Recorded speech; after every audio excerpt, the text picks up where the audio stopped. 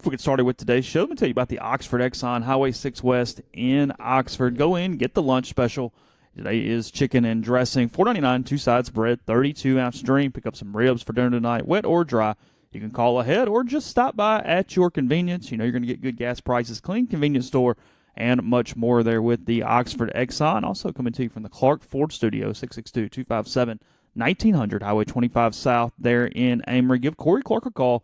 You know by now you're going to get a quote within 15 minutes, and you know you can shop it around or take it. When it's the best deal, you go back, you sign the paperwork, and at the very end, right before you put your John Hancock on it, tell them about the podcast. An extra $500 off there with Clark Ford for mentioning us or the podcast. Now on to the show. From the Clark Ford Studio in Oxford, Mississippi, MBW Digital proudly presents the Oxford Exxon Podcast. I'd say thanks for tuning in, but why am I going to give you a round of applause for something that you're supposed to do, to be frank? And now, here are your hosts, Chase Parham. That broadcast school has really paid off. And Neal McCready. I deserve to be on TV.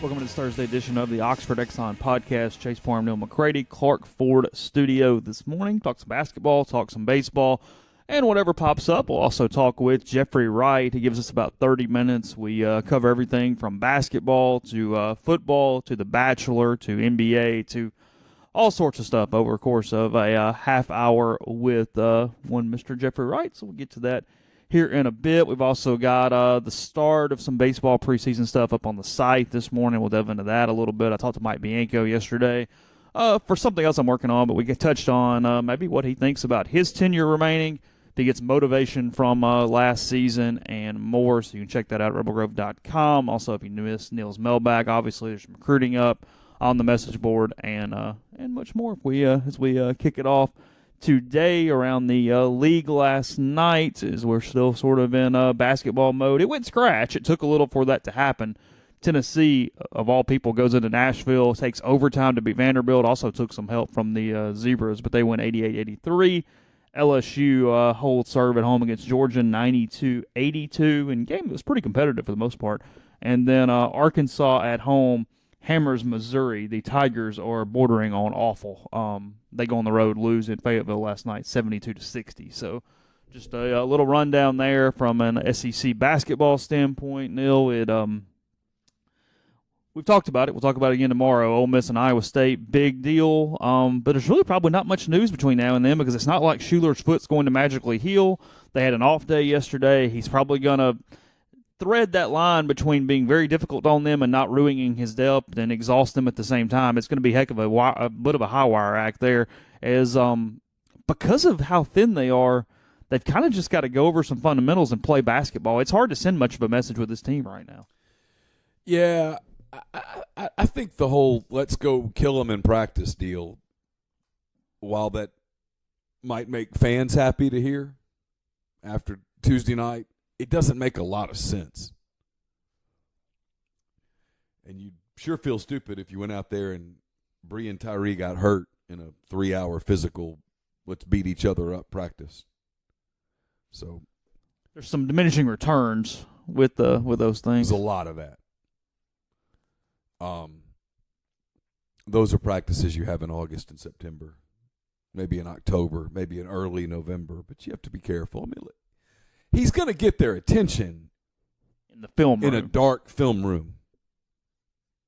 He's going to use some words in a film room. Yeah, I mean, going to embarrass them a little bit. I dare say paint will come off walls. Lots of names will be taken in vain. Won't be pretty. Somebody had a recording of it, and Kermit heard it later. He might say, whoa, that was a little tough. That kind of deal. That's where you make your point. The whole run them until they throw up in a bucket thing, I don't know that makes a lot of sense. Because you got to play a guard-oriented Iowa State team on Saturday. You're going to play a really intense, high-motor game on Saturday morning. You get up and play. This team's played pretty well in early games. I think the timing of the game might actually be a good thing for them. We'll see. I'm fascinated to see how they respond. Because if they beat Iowa State, it's like Tuscaloosa didn't happen. Oh, yeah, whatever. I had someone ask me about the AP ranking. Who cares? I know fans, and I get it. That AP ranking is meaningless. It's an opportunity to get a high net win. It's an opportunity just to get a win.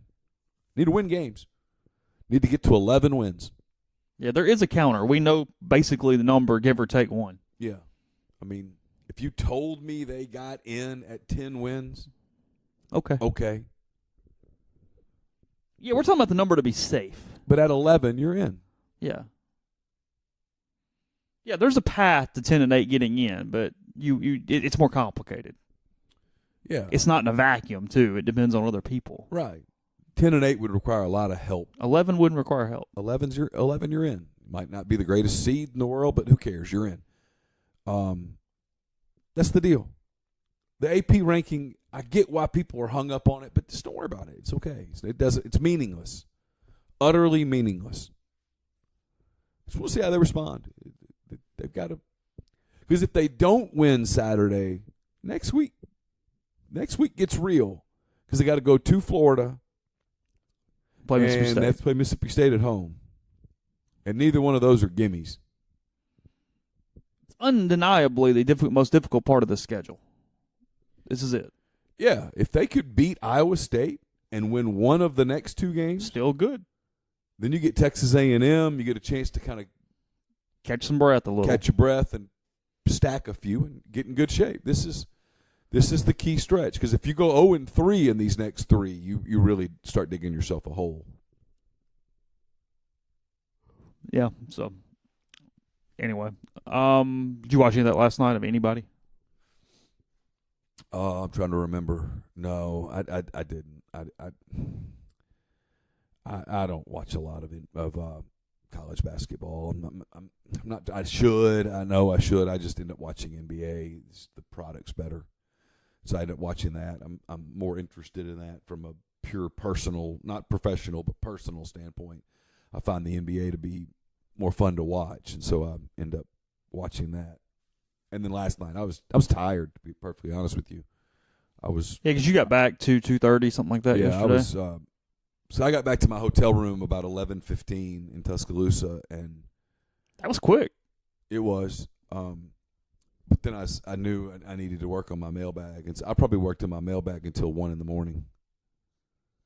And so when I went to bed, I got up at 6 something and got ready to podcast and all that, and then it was pouring yesterday all the way from Tuscaloosa to past Columbus, and so it was a longer drive than it normally would have been. 'Cause there were some stretches there where I was going 25 miles an hour because you just couldn't see the road, and you have that fear when you're doing that you're going to come up on top of somebody.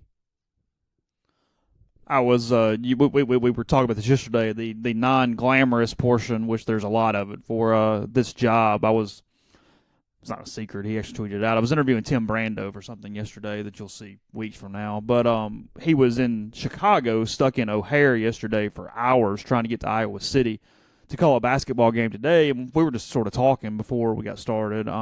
And he said that because they do so much Big Ten and they do so many TV games, it's amazing the amount of times they're getting stuck in weather right now, that it's just constant every year where he's like, every trip you're trying to figure out not just the quickest way to get places, but how to get around storms, how to get through airports that you know have better chances to get you off the tarmac and into the air than other places. He said that basketball presents more of a weather challenge from a get here standpoint than anything he's ever seen. And he felt like here for the last couple of years it's been really bad as they always make the game because they travel a day ahead of time, but there is a lot of hours stuck in airports and clubs around the country for those guys. It's why, when I was on the Auburn beat and you had to cover basketball, I would always go the day before a game, which I hated because it meant waking up and you had a day to kill and Knoxville or Gainesville or wherever, but you didn't want to run that risk of a flight got delayed or you got weather, even though I was in the South, getting to Knoxville or getting to Lexington or something like that, you could run into some you could run into some delays and stuff just because if the plane that was supposed to pick you up in Atlanta didn't make it because it got stuck in Indianapolis or Milwaukee or wherever. That part of it was miserable. Those TV guys that travel all the time, that is not as glamorous as you think. I've talked to Taylor a few times, Taylor Zarzer, and you hear the story of his travel over like a 2 or 3 week period, and I think, God, I'm kind of glad it didn't work out. You know what I mean? I know your body just gets used to it, but the travel, it does make me cringe at times. Like a Bruce Feldman who's doing here to here, here, and then trying to write full time on top of it. Just what your day is like has to be very difficult. Now, again, you're not digging ditches, but in its own way, it's. Well, travel's hard, especially if you're doing those early flights. That's why people talk about officiating. These referees, man, one of the problems is that they're covering a game. They're calling a game on Tuesday night, and then they're in an airport for a 6 a.m. flight Wednesday, which means they have to be at the airport at 5, which means they're up they're sleeping no later than 4. And everybody can sleep on the plane. You don't get real sleep on a plane. You might get naps on a plane, but you're not getting restful sleep on a plane.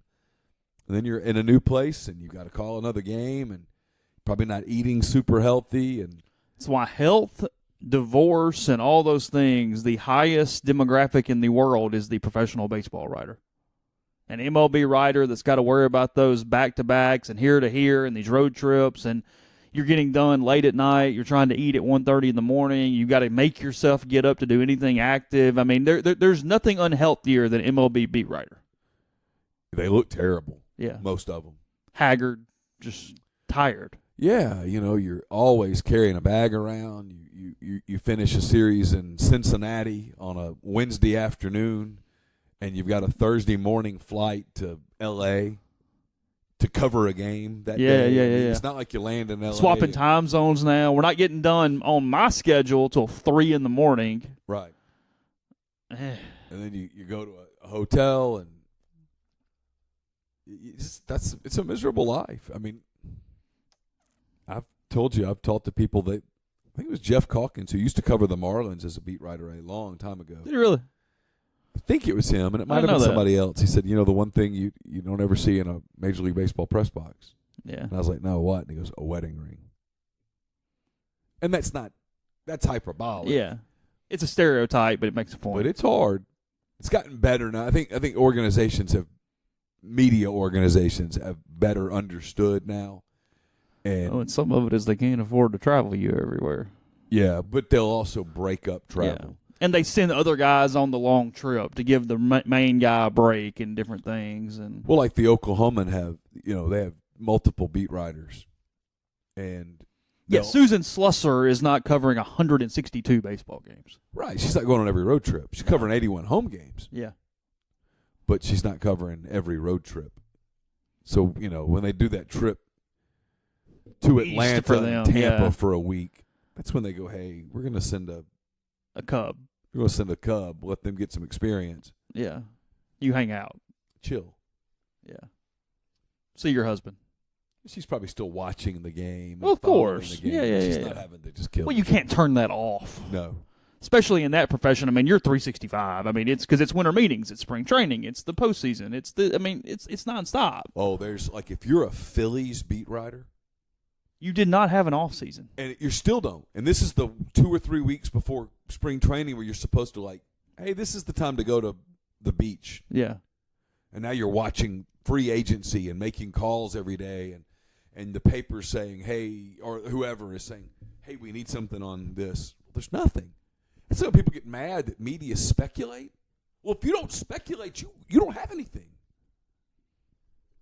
A hard gig now. If you're covering the Phillies right now, you're having to cover Machado, you're having to cover Harper, and you're having to get ready for spring. There's a decent chance you're going to go to Clearwater or wherever it is they train. No break. To start a and it's where if you're season. married with a family, you end up trying to take your family with you to Florida and do all that, and it's tough. Well, you can do that when the kids are little. Yeah, but when the kids are school, they're in school. Yeah, that's true. Can't pull your second grader out and go, hey, we're going to go to Clearwater for 6 weeks. Yeah. So you just leave. It's brutal. No, that's not. I always said if I had a do-over, I would have loved to have been in my mid-20s before I was married and stuff. I would have wanted to do a Major League Baseball season or two as a beat writer. Would have been fascinating. Yeah, because I'm so baseball obsessed in my head. Go, oh, that'd be fantastic. But no, the negatives are so high, and just I think at age 25, it would be fantastic. Yeah, for 2 years, 3 years. Yeah, and then see the country on somebody else's dime. Yeah, rack up a lot of Hilton points. Right. Yeah. Oh yeah, for sure. right. You get to write a lot of good stuff. You'd make mistakes that would shape your career. You'd learn from them. All that stuff, but. Because baseball at any level, that's the draw for writers. You get so many people, so much access, and can just write nonstop. You just write. Oh yeah. You get. I mean, the access is unparalleled compared to any other sport. Oh, it's the problem with the college game right now is that it's one. You and I talked about this the other day. You guys are getting some inside baseball stuff. Yeah, I'm going to something later, but I got to get to the break first, so we're all good. The Athletic is having tremendous success with covering pro teams. Mm-hmm. They're fighting the college level. Well, they're having to get off script because what they want to be their script of, hey, nothing but long form and in-depth and all this stuff. And now, look, there's some doing some great stuff.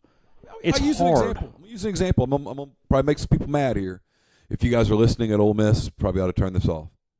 It's not bad. It's not a criticism, but it's the way it is. By the way, can I break you for 1 second so I don't forget this? Eric Swinney has entered the NCAA transfer portal. Little news there. Okay. Yeah, anyway, go ahead. Sorry. Because of injuries, he's not an SEC back. Yeah, no. Is what it is. During the game, we get asked, who do you want? It was just me and Brian Scott Rippey, and I said, well, I'd really like to talk to Terrence or Brian. This is from Tuscaloosa on Tuscaloosa, yeah. And whether it was media relations or whether it was Kermit or whatever, we didn't get either one of those guys. There's no locker room access until the SEC tournament when there is suddenly locker room access. We got Luis Rodriguez sat up there with Kermit. He didn't get asked a question in the 5-minute media thing. So from a media standpoint, that's frustrating because it really prevents you from doing the story that you'd like to do. The story that you'd like to do on a night like Tuesday night was, hey, Terrence, what happened? What happened? What happened in pregame? Did that carry over? When you fouled out with 16 minutes left, what did Kermit say to you? What do you take from this? Why does this happen to you? That's the story. You don't get to tell that story when you cover a college team. And I can hear the fan out there that says, well, because it would be something negative. I get it. And that's why it happens. But at the pro level, that doesn't happen. At the pro level, when Cody Parkey misses the field goal, you go talk to Cody Parkey. When the Saints get screwed in the NFC Championship game, the locker room is open and guys get a chance to vent. Guys get a chance to say they feel like they got robbed. Say things about the league that might draw a fine. It's a different deal. And from a media standpoint, one is absolutely, for lack of a better word, easier than the other. Covering a college program is much harder than covering a pro program.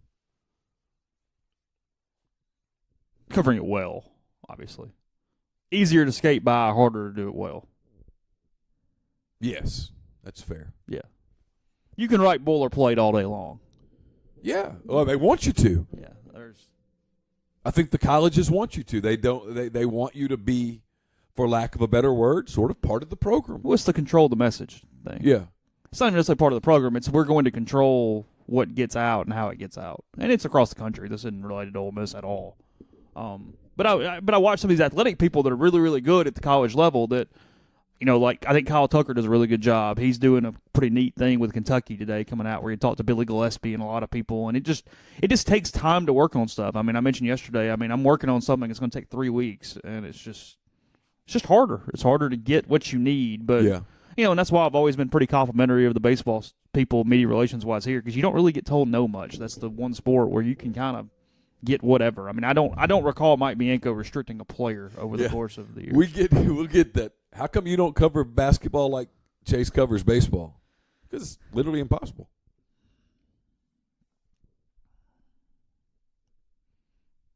Yeah, I don't think you couldn't get the player access to the level or the whomever. No, I don't think so. I mean, well, I guess maybe, and there aren't as many players either. Yeah, I got 35 players. Yeah, I mean, I've got 8.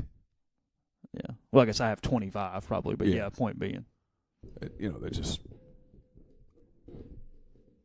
kind of is what it is. But you can't write the critical stuff at the college level and maintain any real level of access. Like if you really did some deep dive into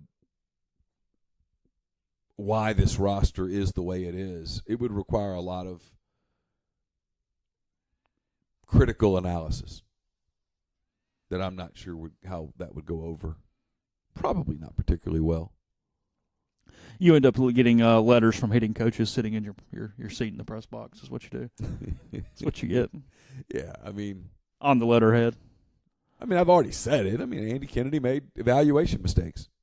Absolutely. Hiring Raheem Lockhart as an assistant coach was a critical error. It led to them. It's not that Bruce Stevens isn't a player. It's that they signed Bruce Stevens believing he was an impact player. Yeah.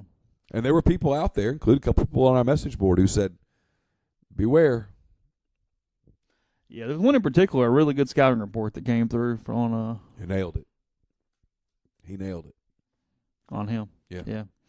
All right, take a break. Go to Jeffrey in a minute. Before we do that, I'll tell you about Community Mortgage, Oxford, Memphis, Settle County, and Chattanooga. Underwriting and processing is done in Memphis. They're getting local underwriting and understands your market, a leader in condo financing, and the float down option, which allows you to lock in the current rate. If rates go down before you close, you get that lower rate. 662-234-2704 or JLOW, JLOWE, at communitymtg.com. Jeffrey Wright and other guests join us on the Patterson and Earhart hotline. Patterson and Earhart, attorneys at law. They specialize in personal injury law and real estate law, but theirs is a general practice that can handle any of your legal needs. When you contact Patterson and Earhart, you speak to one of the partners in the firm. That's who handles your case, not a paralegal at a faceless corporate firm. If Patterson and Earhart can't help you, they'll refer you to someone who can. John Calvin Patterson and Wes Earhart are Ole Miss guys. They're local guys. And when you call them, you're going to get one of them on the phone within the same day, guaranteed. So whether you've been injured in a car wreck or have other legal issues, give them a call, 662-526-1992, or check out their website, pelaws.com. Your initial consultation is free. Pinnacle Trust will be hosting their annual economic forecast on Tuesday. That's Tuesday, January the 29th in Jackson at the Country Club of Jackson. Doors open at 5. Join the Pinnacle team for cocktails and appetizers at 5. The program begins at 6. It'll end promptly at 7. Goldman Sachs economist John Tousley will be highlighting the current state of global economy and financial markets. The Pinnacle investment team will cover topics ranging from geopolitical risk to tariff negotiations and the Federal Reserve. For those unable to attend, the event will be recorded and made available on the Pinnacle Trust website, pintrust.com. That's PINN trust.com. For reservations, email assistant@pintrust.com or call the office at 601-957-0323. Podcast also brought to you by the Westin Jackson. Restore serenity to your soul by visiting Soul Spa. It's the ultimate luxury spa experience in downtown Jackson. Indulge in personalized massages, signature facials, soothing body treatments, and much more on their extensive spa list. So escape from the everyday, rejuvenate yourself in their luxury spa today. Podcast was brought to you by G&M Pharmacy. Don't waste your time with the big chains. Go somewhere you're appreciated. Totally owned and operated, locally owned and operated, and take care of their customers. Been Oxford's trusted hometown pharmacy for 40 years and offer many great services such as MedSync, immunizations, free delivery to your home or workplace right there on South Lamar Boulevard in Oxford. Transferring medications is simple. Just give them a call at 662-236-2222, and they will take care of the rest. Now here is Jeffrey Wright on the Patterson Earhart Hotline. Jeffrey, good morning. Let's kick this off with answering our question from earlier today. So does the girl make you watch The Bachelor on Monday nights? The official party stance is that I am required to inform you that I, being the beast that I am, force her to go all the way back into my room where I also have a DVR, and she is forced against her will to watch The Bachelor on my bed on 55 inches of high-definition television. So you don't even give her the main TV, and you don't make it a group outing? Well, let's get a couple of things straight because context matters here. Number one, all right. When we began dating and she would mention The Bachelor and her affinity for The Bachelor, I flat out told her then and there was no confusion. I said, I'm not going to watch this. Do not think that you're going to convince me to watch this. I have tried watching this. This show depresses me. Like, I'm not even the guy that goes, this show's gay. It depresses me. The entire outlook of the show, it just bums me out. So I'm not going to watch it. I have no interest in it. And if you want to have Monday night girls' night where y'all all sit around and watch The Bachelor, drink wine, eat cheese, I don't know. I assume that's what they do. I have no idea. By all means, go ahead. Like, I'm never once going to get remotely upset if you want to go do that. But I'm not going to watch it. And so there's no confusion. And on a Monday night, first off, we've got the Rumble this Sunday. Raw matters right now. When you got one of the biggest pay-per-views of the calendar year coming up, you cannot miss, and God forbid you watch it delayed, you can't miss Raw. So I've got to be ready with TV One. And then I presume that I had money on something on Big Monday. I don't remember, but TV2 was needed for that. But she wasn't getting the sound. Like, I don't understand where the confusion is. What makes me such a bad guy here? Okay, number one, so you're depressed by The Bachelor, but wrestling, all good. Two. Well, at least wrestling, owns what it is. See, you're not watching The Bachelor the right way. If you're watching it, please lecture me on The Bachelor, Neil. It's only on season 28. If you watch it in a linear way, if you're truly hung up on... And this is the problem. I've told you this 1,000 times, Neil. You did not grow up with this generation of girl that thinks like this. Oh, I understand that, but I'm saying from a standpoint of, I watch it to see... here's what I'm interested in. Who emerges as the clear favorite to be the next Bachelorette? Who is in this because they're all in this for reasons beyond what they're... You don't say. Who is how many, by the way, seriously, what, 2 of them have made it? Yeah, I think that's right. 2 of these relationships have been. Do you realize what that batting average is?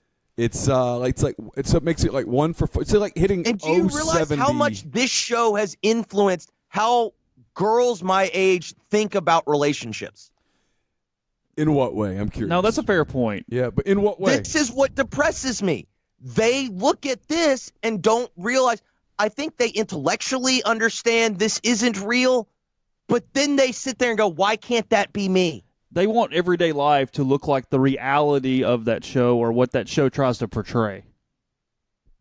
Well, that's just stupid. Well, that's why do you think it depresses me? But that's where but rational men don't let women. I mean, rational men. Jeffrey's point is that's an entire generation of women.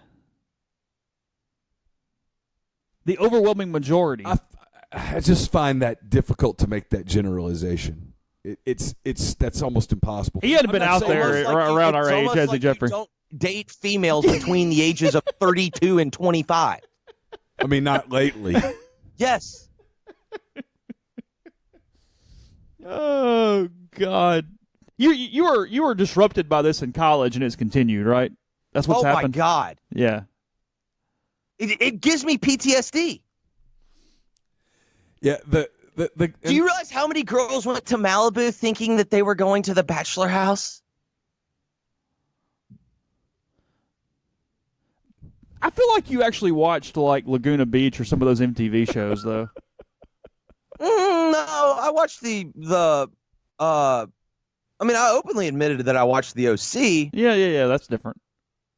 No, the best part is two of my classmates were on the season of Laguna Beach that nobody cared about. The one after all the main characters were gone. Yeah, the ones after the main character's gone. And then one hero from Jacksonville, his name was Zach. We had to, in a like speech class, like one of those like mass comm speech classes that everyone has to take, like every student, not because I was a business major out there. He had the courage to get up and do the Daniel Tosh routine. There was a day where you had to tell a long form joke. And he did the Daniel Tosh routine in which the punchline was, and then season 3 of Laguna Beach where no one cared because all the chicks were ugly. As the two girls were in the room, and he looked right at them. Oh, good. That kid. Cheers. That kid was a hero. You do make a good point, because she would have to have TV1 for it to matter. TV2 does not create enough of a situation for her. And then one of the other weeks that she was trying to watch it, my brother, who lives with me, was in the room, and I'm like, I'm not going to make him watch 3 hours of The Bachelor. And first off, for the record, she set the precedent here. Because night 1 of The Bachelor was the national championship game. She DVR'd it. She said, I'm not going to watch it till tomorrow. And then the game became a blowout. She goes, I'm just going to go into your room and watch it. Well, that probably was extenuating of circumstances because it was the championship game, however. Yeah, she set the precedent. That was week 1. Is she going to agree with all these premises? Of course not. Okay, fair enough. Just kind of curious. We also mentioned this on the podcast the other day that you checked on all of us on Monday morning. Did you wait 12 hours on purpose, or is it just when you got around to it the other day? I wasn't firing off that text message the way that game ended. Because that text message would have been probably misinterpreted based on the way that game ended. Are you surprised that here we are on Thursday, and if I've missed it, just tell me, hey, Neil, you need to wake up. But I didn't see it yesterday. The NFL has still not really issued a statement about the way that game ended. No, because I actually look at how the NFL operates. When have they ever done anything PR-wise that you go, hey, that was a good idea? Yeah, by this point, they're not going to. It's Wednesday. Thursday. Here's my hot take, and I know I'm probably wrong. I think. Okay, let me get my mitts out. Hang on. All right, I'm ready. I think it's actually going to the way that game ended. Not really the other game, but the way that game ended, the Saints-Rams game. I think it's going to impact Super Bowl ratings. I think it's going to get a smaller number. Nobody watches the game for the game. I think people there's going to. I think the matchup has more to do with ratings than anything else. I don't think the way the game ended is going to impact ratings. I think you want to also talk about getting PTSD. All those videos of those freaking micro brewery bars in LA that had the game on about 22 inches of non-high definition television, and the kick sails through, and then you can hear people go, "Did we win?" That gave me PTSD. It also would be a much bigger deal if you had bigger teams involved. That's what I'm saying. The matchup, I think, is what LA is not a sympathetic team, and then the Patriots are the least sympathetic team. Well, and everyone's sick of them. I guess my point is that happened to the Saints. It would have been a bigger deal and more pressure on the league had it happened to the Cowboys, the Steelers, the Packers, the Patriots, that kind of thing. Oh, so you're saying because Goodell hates the Saints that's what happened? I'm not necessarily saying that. I'm just saying that's what you're implying. A team with a larger fan base, or a more national fan base, if you will. If that had happened to the Cowboys, it would still be leading everything today. Well, because the Cowboys are still leading everything, and all that happened was Cole Beasley fired off a tweet that says, I think the Cowboys brass has a lot to do with the game plan, and that can still fill 3 hours of television and radio. So I don't disagree with that point, but I don't know if that is – I don't think that's – I don't think that would change anything. I mean, Goodell, if he had his druthers, didn't want to hand a trophy to Sean Payton, but I don't think it's impacting anything. Well, yeah, but Goodell never wants to hand a trophy to Bill Belichick either. No. I mean, or with Brady standing next to him. I mean, I don't buy into that. I mean, to me, what I think was the bigger deal, like if you looked at it, there was news to come out. Like if you looked at like what Peter King wrote on Monday, like Al Riveron's going to get fired. They're going to have to spend a ton of money to bring back either Blandino or Pereira from what I presume has to be the greatest gig in the world. Yeah. That Fox gig, if you're an official on Sunday, which pays like a lot of millions of dollars. To sit around and look at a camera occasionally. Right. And they're going to have to bring them in. They're going to have to hire them as essentially the director of officiating again. And that's going to be, for people in the NFL office, that's going to be and they fired both those guys.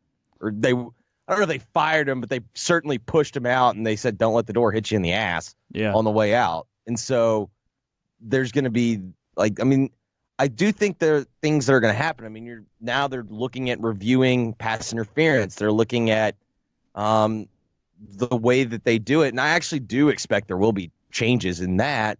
But the NFL, I never expected the NFL to make some well-crafted statement that showed transparency, because that would go completely against what the NFL does, especially under Roger Goodell. Yeah, they'll fix some things tangibly. They're just not going to take a blackout to do it. Right. Like, I do actually think that they will. I think they'll make some changes. And by the way, I'm cool as long as they keep the NFL system of replay in which you have challenges. I'm all for, and y'all can say this is a hot take, I'm all for, since in my opinion almost every single call is a judgment call, I'm all for, you can review every single thing, but you still get your 2 challenges, and the only time you get a booth review is up top. So if you want to say you think they missed a hold on a touchdown, you can throw the challenge flag. But I think that would add a fun element of strategy. And just every time you get both of them right, you keep getting one more, and we keep playing the game. Yep. Gotcha. Because I don't think that would slow down the game. Yeah, no, I get that. They do a good job with getting it back into play pretty quickly. It's the college game. If you add stuff to God. No, I would not. That's what I'm saying. You can't do it in college because they already stopped the game. God knows. I would bet they average probably, what do you think, 7 stoppages a game? Well, yeah, because they're using it as a crutch now instead of a safety valve. Yes. Instead of making calls, they use replay as their primary call. It's why the whole, how it called on the field is no longer relevant in college either. It's just they go up to the booth and make a determination based off whatever they see. Switch it around a little bit. Did y'all watch that Tennessee Vanderbilt game last night? I saw the last 2 minutes, which is all that really mattered, I guess. Speaking of replay, how did it take them 5 minutes to determine that the shot clock or whatever, the game clock started before the shot clock? It was a lot of stuff last night. There was a very Alabama football conspiracy level to Tennessee pulling off that game in Nashville last night. Took a break in our talk with Jeffrey to tell you about scripted jewelry. Go to scriptedjewelry.com. Check out the website. You'll see what we're talking about. Items handcrafted to order. The turnaround times are great. Plenty of time before Valentine's Day to get that order in. You still got 5 days before the no-rush deadline for that. If you want to rush it, still got to February 6th. But make sure you check out scriptedjewelry.com. Fingerprints. You put your script, your handwriting on a great piece of jewelry and make that special someone happy in your life, celebrating love, family memories, and giving the best gifts. Again, when you go to the website, it even shows you what was recently ordered by other customers to give you some ideas. And when you're checking out, Rebels10, REBELS10 for 10% off. That's scriptedjewelry.com. Podcast also brought to you in part by John Edwards of Regency Travel Incorporated in Memphis. Starting to think about that summer trip, whether it's to the Caribbean or on a cruise or Disney or to the Gulf, whatever it may be. Maybe you're going to England or Scotland for a golf trip. Maybe you're heading out to the West Coast, going to do the Napa thing, whatever it may be. Get in touch with John. He's part of Virtuoso. It's a worldwide network of travel partners that allows John to supply his clients with added values, unique benefits that are simply not available to other travelers. Give him a call. Give him some parameters, when you want to go, where you're looking to go, your budget, and he's going to give you options that you'll never find on your own, things that really make your trip a special trip that you'll remember for the rest of your life. 901-494-3387 or send him an email, jedwards@regencytravel.net. First-time clients can save $50 off their first booked trip just by telling John you heard about Regency Travel on the podcast. We're also brought to you by Grenada Nissan. If you're in the market for a Nissan vehicle, Grenada Nissan's the place to go. They have a complete selection of new and previously owned Nissan vehicles. Go in, test drive one today. Tell Gene and Sandy that you heard about Grenada Nissan on the podcast at rebelgrove.com, and you'll get Rebel savings on top of the already great deals at Grenada Nissan. It's GrenadaNissanUSA.com. And we're brought to you by Harry Alexander. Harry's an Oxford-based RE/MAX Legacy Realty agent.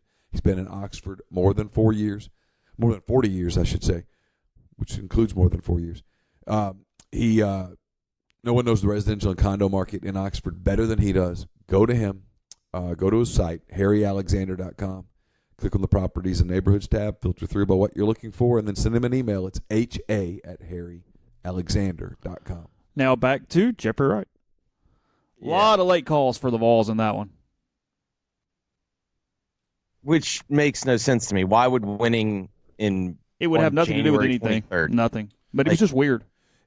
I get why fans believe that league games are fixed. I don't think the games are fixed. I don't think they're competent enough to actually fix a game. I don't think the league is operated by people who are smart enough to pull that conspiracy off. But I absolutely understand why fans believe SEC games are fixed. It felt like protection for Tennessee last night. Yeah. Not saying it was or wasn't, but that's what it felt like. Right, and to me, like, that's always been the deal. It's like it's almost like your premise is, I can't believe that they are this bad, so therefore it has to be fixed. Whereas all you have to do is, I think there's a difference. I think people that watch on TV believe in conspiracies more than if you're at the game. Because, like, when you're at the game, you can understand how, like, you see it. You don't have the broadcast giving you a narrative and trying to tell you the story of the game. You just go, oh, my God, he missed it. Yeah, it's like on the message board the other night, there was a lot of angst about the officiating in the Ole Miss Alabama game. And in live, I just thought it was another typical SEC basketball game where the officiating wasn't good, but I didn't think of it as one-sided at all. I mean, at no point did I ever think, man, Ole Miss is really getting a bad whistle here. I never really thought that, yet I looked on the message board and there was a lot of that. No, I thought it was the ultimate example of Schuler was hurt and Terrence Davis got into foul trouble, and they didn't make shots. So guess what? They got blown out. What are you making of this league as a whole right now?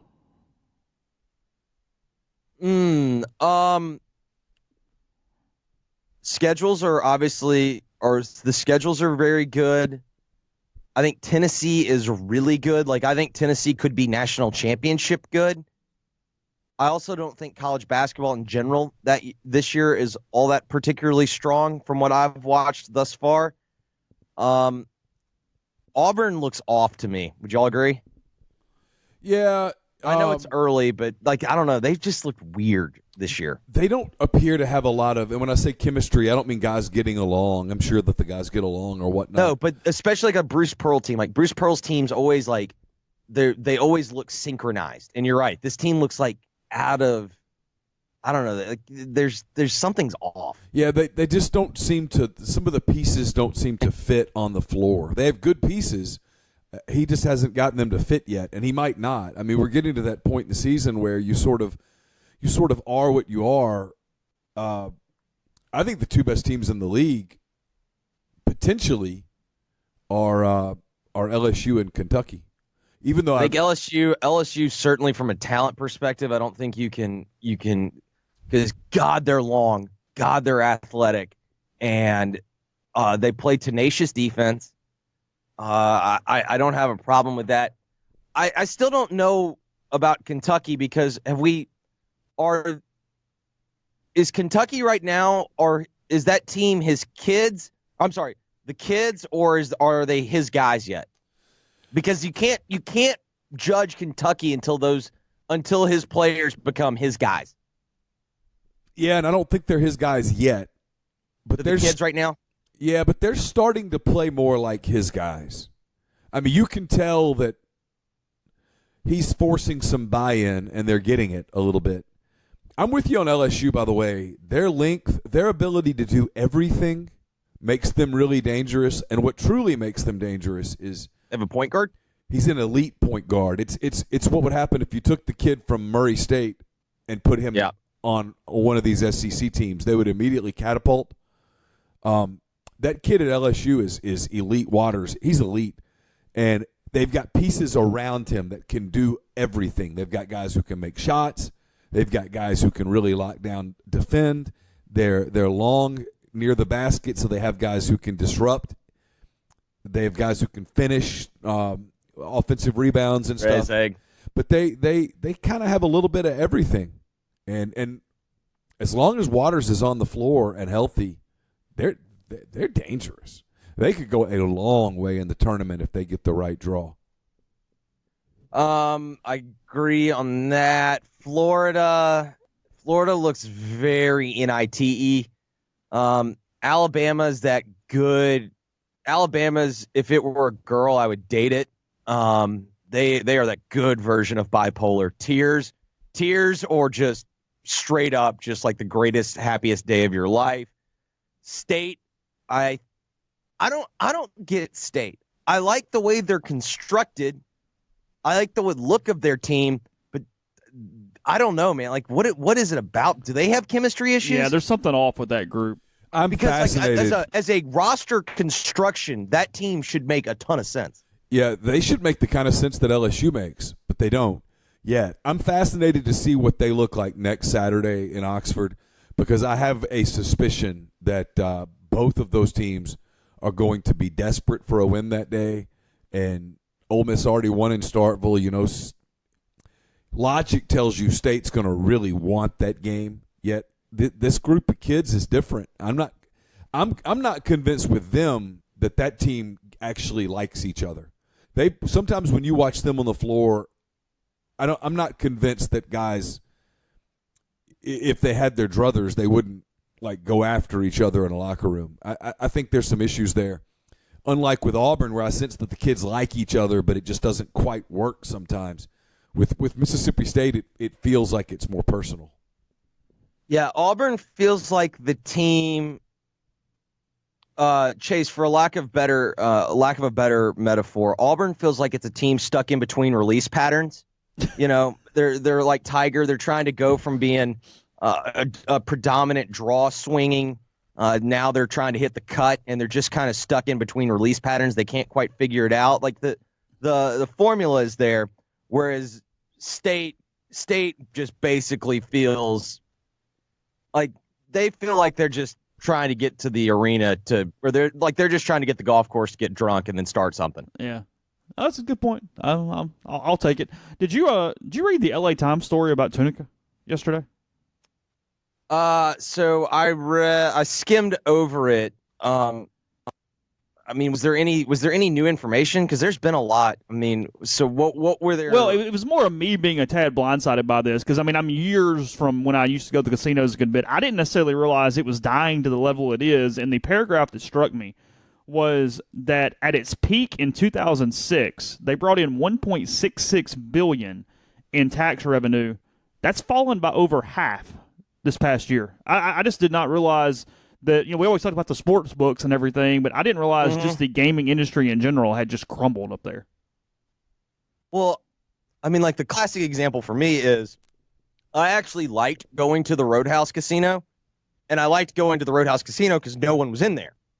Well, then lo and behold, late last fall, it might have been November, December, we get the news that the Roadhouse Casino will be closing. And I was like, oh yeah, that's why I liked it because no one was in there. It's closing because no one's in there. Like, I think several things have hurt the gaming industry.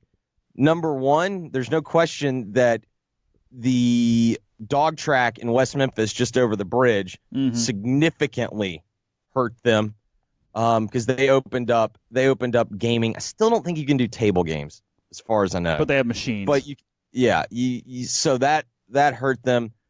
And then I think just the fact that you can play poker on your computer, the fact that you can basically do any type of gambling you want, you can do online. And then... Well, when the poker boom died. The poker boom died, and then... Because, 06 really was, like 05. Yeah, that was right after Moneymaker and all that, and here we go. Remember when ESPN did a scripted poker drama? Yeah, that's what I'm saying. I mean, it was... Was it Tilt? Something like that? Yeah, it was 18 months of mainstream, and then boom. It really was, though. Like, I vividly remember my junior year of, like, in football when you're not in and you're doing the standing around while everyone's scrimmaging, and I mean, just like the side conversation. No. You would go. You know this. You would go to Tunica and you would just, hey, let's kill some time, play some poker, because everybody thought they were an expert, and you would be sitting at a 3-6 limit game, and guys would have hoodies and sunglasses on, and you go, come on, guys, like really, what are we doing? Well, I would always make fun of him. Good thing you wore the polarized ones. Now I can see what your cards are. That was always my go-to. But yeah, I mean, Phil Hellmuth and Chris Moneymaker and those guys were mainstream, not athletes, but whatever the hell you want to call them. Instead of talking about girls, we would talk about poker. Yeah. It's why Rounders had this big comeback. Nobody watched Rounders when it first came out. No one could figure out why it was a cult classic. Like, because there was a point in like 2005 where if you had anything that had to do with Texas Hold'em, we were just drug addicts. We needed anything. Like, anything to give us a fix. Yeah. I don't know. But that's a lot of things. It's just, I mean, sportsbooks is not going to fix this at all. No, like, that's always been my deal with the whole sportsbook thing. Like, good for them. If you have the option to have it, you should have it. Like, don't leave money on the table.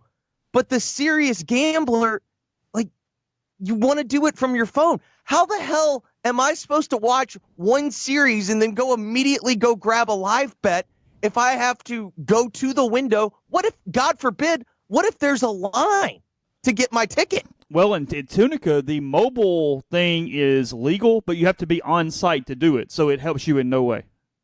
Yes. And, what if you had a tough weekend and instead of having, what if you got to have that heroic comeback bet and you're having to essentially, it's easier to risk an entire line of credit than when you have to go and, if you don't have any cash, like, how are you supposed to make that heroic comeback bet? Yeah, I don't think they're going to give you a marker, bud. I'm pretty confident that that's not how they operate. Yeah, just saying. So what are we talking Grizzlies today? Is that still the deal?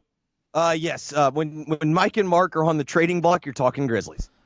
How big of a deal is that as far as just the end of an era? I mean, what's sort of the fan base mood at this point? They haven't been traded yet. Well, I know. It's all coming to an end, though.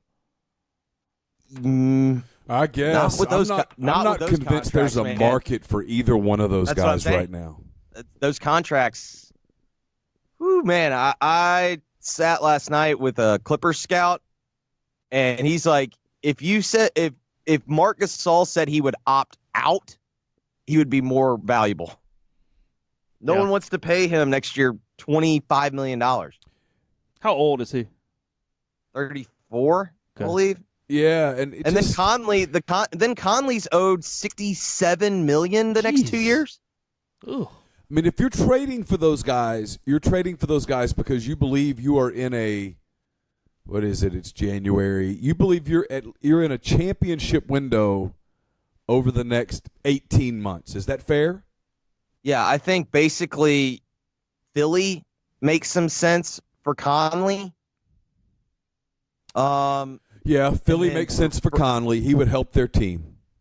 And then in terms of Gasol, Charlotte makes some sense, but Charlotte's not really in a race to anything. No, they're 23 and 24. They're the 7 seed in the East right now. There's no one in that organization is silly enough to believe or delusional enough to believe that Marc Gasol wins a playoff series for them. Well, I mean, I agree with you. I'm just throwing out I'm throwing out options that would make some sense. Right. Sacramento, but I don't see them wanting to do that. I mean, Dave Yeager once famously said Gasol's going to get me fired. Yeah, I don't know that he'd want to put him in with that because he's actually got those kids, Fox and Heald and those guys. They're really playing hard for him. Yeah, those might be guys, no longer kids. Those might be some guys. Yeah, Detroit makes some sense, but then basically you're flipping Gasol for Drummond. Yay! I mean, I don't know, man. It's a mess. I mean, Neil and I did a whole podcast on this last week, and it felt like I was like going around in circles, but I feel like I tried to lay it out of how big of a mess they're in. Yeah. So I mean, San Antonio, but they don't want to take on that type of money. Welcome to my reality. Yeah, I'm sitting here looking at it like teams. I mean, Chase, you should be able to sympathize with it. This was a franchise that decided to pay off its debt by taking out more credit cards. Oh, I think we're still paying Junior Galette. So yeah. Yeah. I mean, you should well versed. You should be kindred spirits with this team. It's why the losses keep hurting even more and more because I know at some point there is a credit card bill. Mickey Loomis really doesn't think that, but there is. Yeah, I think he keeps singing maybe the rules will change. Yeah, just all right. They're gonna allow some luxury taxes. It's gonna be okay. Milwaukee would make some sense. I don't know about the money. I'd have to look at their team. Right, but if you're Milwaukee, do you want to screw with anything right now? No, I'd be a little scared to screw with it. The one thing with them is that at some point, I saw them, as you know, because you were sitting next to me.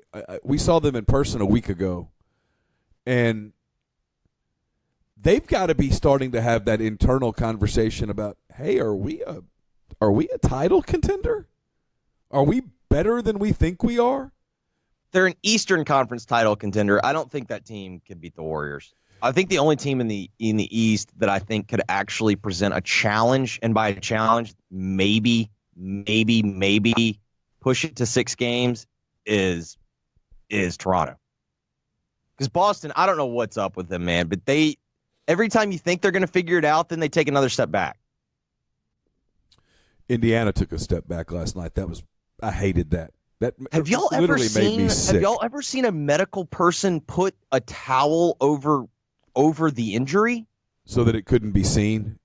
Oh, I thought it was so he couldn't see it. I didn't think that he knew the cameras. I thought the doctor was just like, I don't want him seeing it. Oh, you're probably right now that I think about it. Yeah. Because he was like instantly there, and he like when he got there, he did like the quick check, and then he started grabbing the towel. Huh.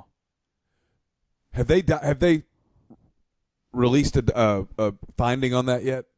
It was a serious injury, according to reports. Thanks, guys. The doctor on Twitter, what's his name, Cho or whatever. And they said MRI this morning. He said, judging on video, he thought he would have a hard time being ready for the beginning of next season. Wow.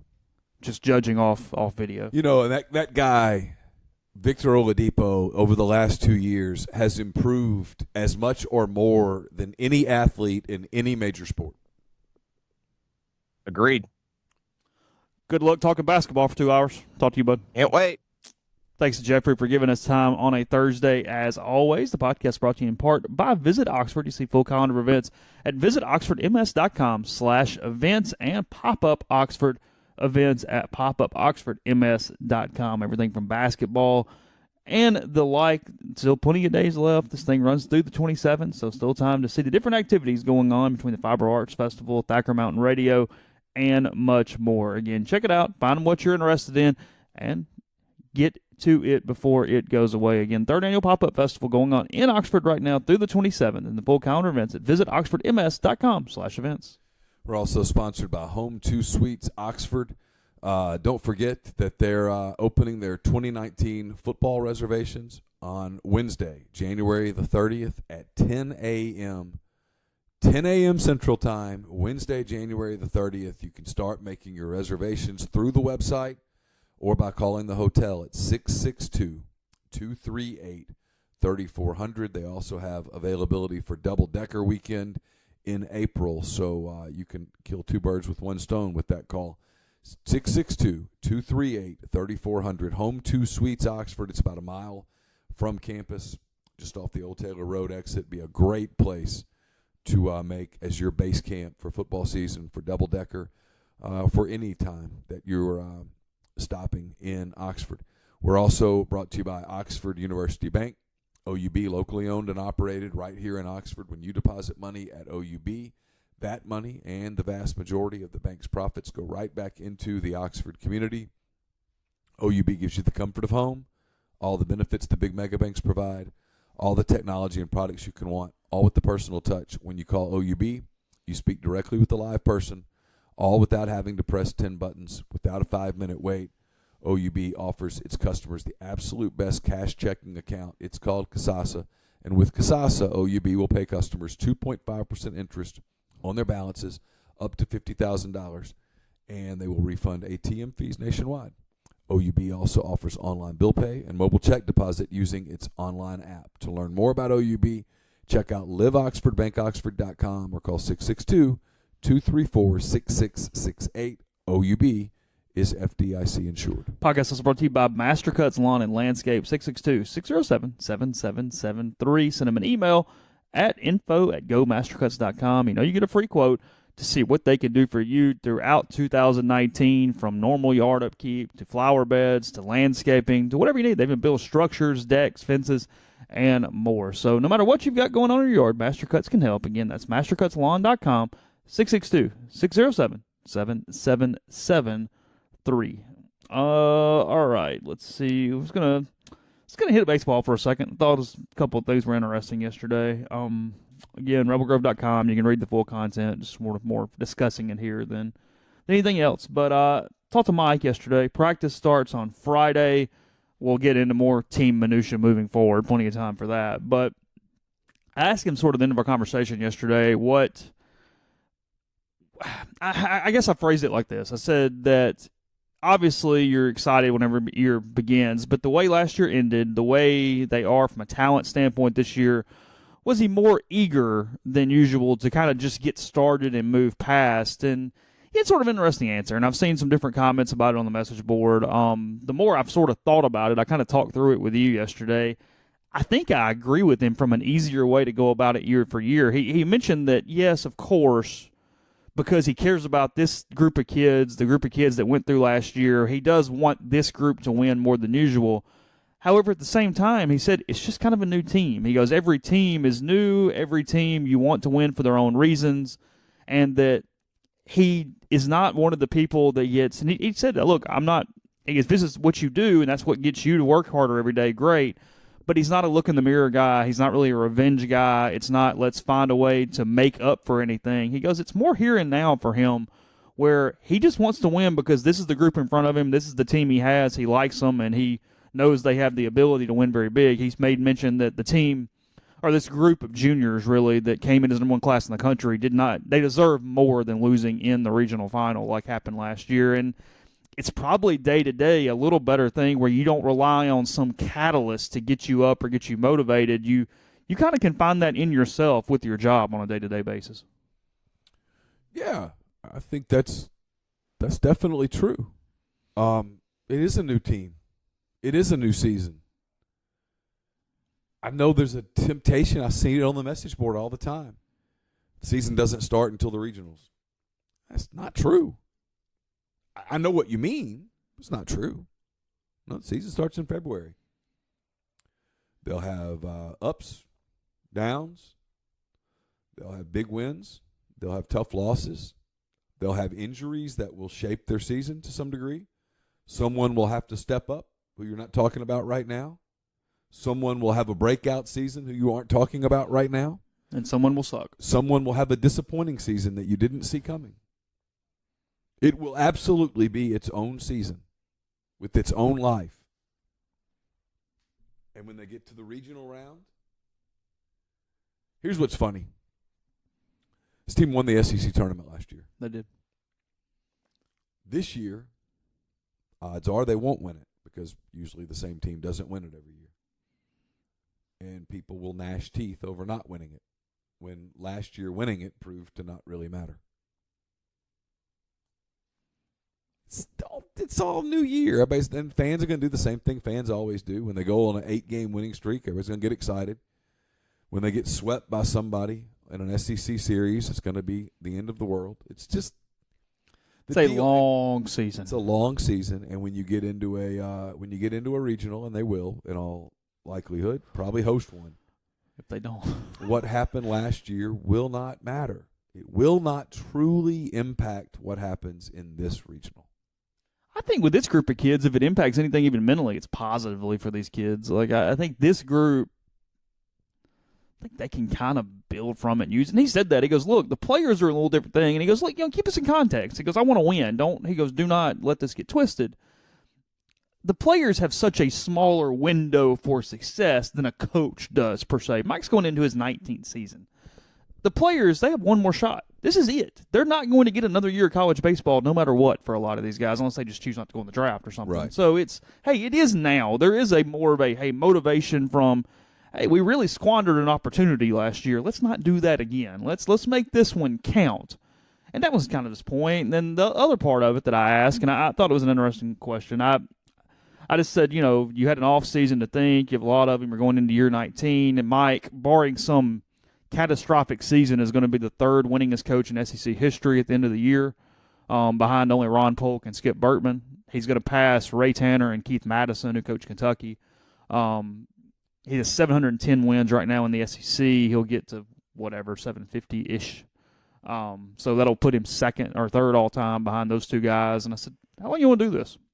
And his quote he gave me was, we talk about how long to coach, meaning he and Cammie, I'm assuming. But I'm 51. I feel relatively young, even though it's a lot different than when I got here at 33 as the youngest coach in the Southeastern Conference. I'm not the youngest anymore, but I'm not the oldest either. I don't see me stopping anytime soon. 10-plus years maybe. I don't know. You don't want a coach looking for the end. You do not want the coach trying to skate through a season or two. So no matter how long Mike's here, to me, the more I thought about that, that's the answer you want. You want, hey, I'm just doing this. I mean, he's only 51. I mean, you're 49. Yep. I mean, it's because he's been here so long. I think people make Mike out to be older than he is. Now, in saying this, if he's gonna coach here 10 more years. If he had a head full of hair, people would think he was younger than he is. Well, there is some truth to that, I probably. But, I mean, yeah, look, if Mike's going to be here in 2029, he's got to win a lot of baseball games. I mean, and he knows that. That's not a secret. He's not saying, hey, I can just sit here on my laurels. Well, he wouldn't be here right now if he hadn't won a lot of baseball games. Yeah. Of course you have to win. Yeah. But I think the people that assume Mike's like in his last year or two. That's not what's in his mind. And this Omaha or bust thing, let me go ahead and say this. That is, adjective, insane. Ole Miss going to fire Mike Bianco for not getting to Omaha? Really? Right now?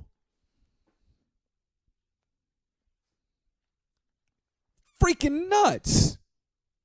Stop with that. That is the dumbest thing I've ever heard. Attack me. Dumb. It is given what's happened in your football program over the last 5-6 years. I mean, you can't. No. This team needs to go to a super regional. They've got to get that not broken. To save his job. No, just in general. And at some point, you do have to get to a super regional. And Mike's been to one since 2009. I agree. But yeah, this is not on a year-to-year basis. No. I can guarantee this. I'm not speaking this as my opinion. I know this.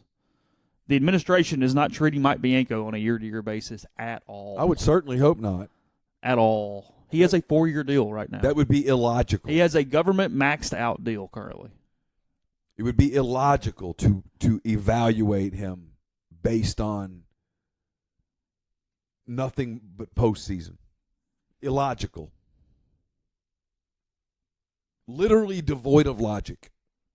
Yeah, it's part of it. It's all part of it. It's part of it. But to get to regionals, to host regionals, you have to have good regular seasons. There's no guarantee. I know this is the part where you and I probably are on the same page. You're smarter than me, so you don't articulate it the way I'm about to articulate it. You could do a lot worse. You could bring in a guy that didn't understand some of the landscape the way that Mike does and quickly become just another SEC program. Alabama, Tennessee. Auburn. Alabama and Auburn are your best examples, actually. You could start riding that roller coaster that Mississippi State rides. Ole Miss hadn't ridden a roller coaster. Now, State has higher highs, but ooh, those lows. Yeah, I don't know that people could handle the lows here. And with Mike, you don't get them. They're not going 10-20 in the league. Never have. I think 13-17 is their worst year. I mean, think about that a minute. I think. Just think about that a minute.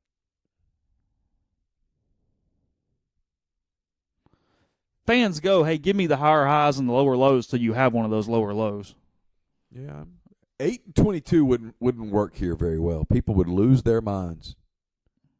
Yeah, I'm not sure you could survive one. Cohen survived 3. Mike's got a real interesting job, if you think about it, because this is a program that has scholarship limitations, and there are absolutely scholarship limitations. I'm not going to have that fight because I'm right. If you're going to fight about it, you're wrong. He doesn't have a lottery. He doesn't have the ability to do some of the manipulation that other programs can do. He and Tim Corbin are not on the same page. He and Paul Maneri are not on the same page. He's on the same page with the guy at State, and he's on the same page with the guy at Alabama and Auburn. Yeah. That's it.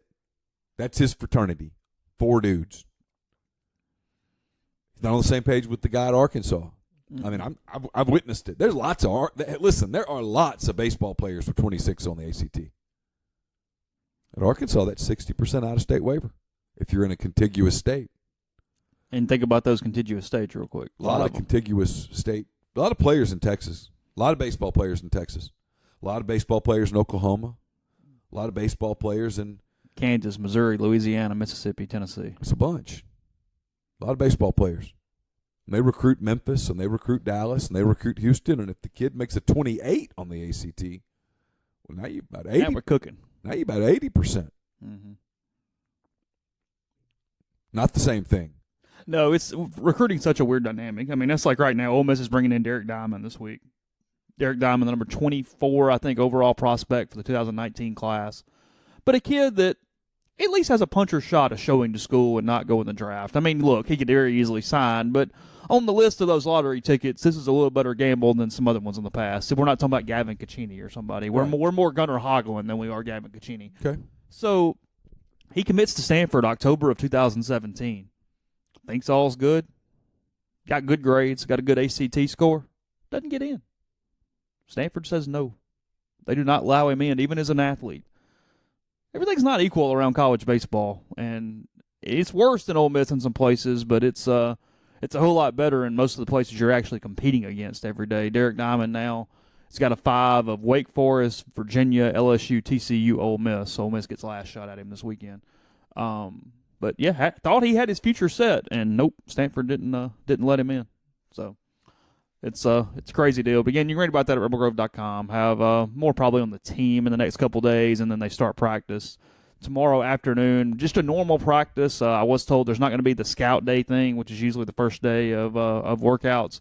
They're just going to do an inter-squad tomorrow, going to do an inter-squad Saturday, and they're going to move on and do their regular stuff. So that is coming up. You can go out and watch. I'll post some times. I think it's 2:30 on Friday if I have that right. But nonetheless, that is your schedule. Pitch for pitch practice report. Pitch by pitch, location, quadrants, miles per hour. Maybe even the catcher signs that go along and correspond with. I will look forward to that. Yeah, I think that's even good. You sit in center field with a a lens and get that done. So. Video the entire thing, put that up on our YouTube account. That would go well, yeah. Mike would not mind. No, all good. Really likes the coverage, so it's fine. Yeah, likes the publicity that would come with that. All right, rebelgrove.com. Plenty there. Back tomorrow on our podcast. And Mr. McCready? Yeah, got a couple things to tell you about. The nationally ranked Ole Miss men's basketball team returns to the Pavilion on Saturday. They take on Iowa State for the SEC Big 12 Challenge. Fans encouraged to wear powder blue for the powder blue out in the Pavilion. Tickets can be purchased by visiting OleMissTix.com. The baseball season, as just mentioned, right around the corner. Season tickets start at just $150 for the 13th ranked Diamond Rebels to purchase. Visit OleMissTix.com. The number 12 ranked Ole Miss women's tennis team opens up home play this weekend on Saturday as they take on Purdue at 11 a.m. inside the William Galtney Indoor Center. Admission is free. For more information, visit OleMissSports.com. And been telling you about Dead Soxy. We'll be taping a Soft Verbal podcast presented by Dead Soxy a little later this morning. That'll be available to you early tomorrow. Dead Soxy, we told you they'd be informing you of new opportunities or products, and they're pleased to announce a way for you, the Rebel Grove community, to be a part of the process in the creation of new sock concepts. There are still limited quantities of the Mississippi sock line, I should say, available. And in an effort to launch a new line, they are increasing the discount to 30% off all items. As this original Mississippi line comes to a conclusion, don't miss your opportunity to feel the difference a quality sock makes. Additionally, there will be a new concept pictures forthcoming where they really want your honest feedback and input as to what resonates with you. So for all of you who've tried out a pair or a couple of pairs, now's the best time to round out your week's worth with this 30% off. Go to deadsoxy.com, enter the code RebelGrove at checkout for 30% off at checkout, deadsoxy.com. A couple quick things here. We've discussed the Hall of Fame voting on yesterday's show. On The Athletic, we talked about The Athletic today. Joe Poznansky has a really cool article about how the lack of Hall of Fame unanimity, tongue-tied. Unanimity, is it? Yeah, I guess. Became a thing and why it should end with Mariano Rivera. Obviously it did, but he goes through the history of why that got started, why it became a thing that no one was unanimous, and kind of goes through it. It's a pretty cool story there from Joe, who's just an excellent writer. And then also going along with that, a buddy tells me this morning that he was listening to the Effectively Wild baseball podcast, and they were discussing it, and apparently a columnist wrote a column about how he wasn't going to vote for Rivera, so he just wasn't going to submit a ballot at all. In doing so, he would still keep his unanimous vote count. As one would expect, he put that on social media, got killed, basically, ended up changing his mind, ended up voting for him, and then writing another column. So it might have been just a way to get a bunch of clicks, I don't know, but nonetheless, a couple stories there. Because if you don't submit a ballot, it can still be unanimous. If you submit a blank ballot, it means you voted for no one, and that unanimous voting would stop. Right. So little. It would mean that you determined that there was no one right. worthy of the hall. Right. So a little semantics there. So anyway, some Hall of Fame stuff for you if you are interested. I thought one of the things that was interesting is they said that now what you'll have is almost an inner circle. You'll have Mariano Rivera that forms the first peg in the inner circle of the hall. Yeah, like as Poznansky was talking about, in the very first voting, Babe Ruth and Ty Cobb were up. And they think that a couple of the people that didn't vote for Cobb just merely screwed it up. But then once that happened, it kind of became a thing. And then Lou Gehrig was kind of the next one. And it has a big thing on Joe DiMaggio about how the New York media tried to kind of bully everybody else into voting him in. And then the St. Louis writers were kind of like, hey, just by principle, we're not going to because you told us to. So it just became a game over the years. And then since then, you could look back and go, well, since Ruth didn't get it and Cobb didn't get it, blah, blah, blah, blah, blah, and all the way through. So neat thing there from Joe. Anyway, all right. Talk to you tomorrow.